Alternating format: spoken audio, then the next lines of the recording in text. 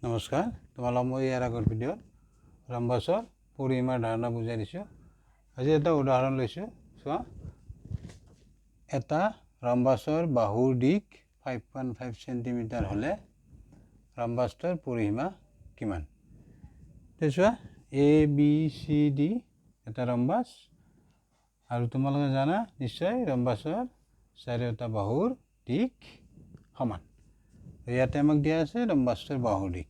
তে লিখিবা এনেকৈ, ৰম্বাছটোৰ বাহুৰ দিশ 5.5 চেণ্টিমিটাৰ আৰু ৰম্বাছটোৰ পৰিসীমা 4 ইনটু বাহুৰ দিশ, মানে এটা বাহুৰ দিশ, যিহেতু বাহু চাৰিটা সমান। তে ইয়াতে আমাক দিয়া আছে 4 ইনটু বাহুৰ দিশ 5.5, ইউনিটটো আছে চেণ্টিমিটাৰ। ইয়াতে তুমি ইনটু কৰিবা, এইখিনি পূৰণ কৰিবা। 4 গুণ 20, 0 তাতে 2, 20, 22, দশমিক এক ঘৰ আছে, এক ঘৰ দশমিক দিবা। ইয়াতে হ'ব 22 চেণ্টিমিটাৰ। আমি ইয়াতে শেষ।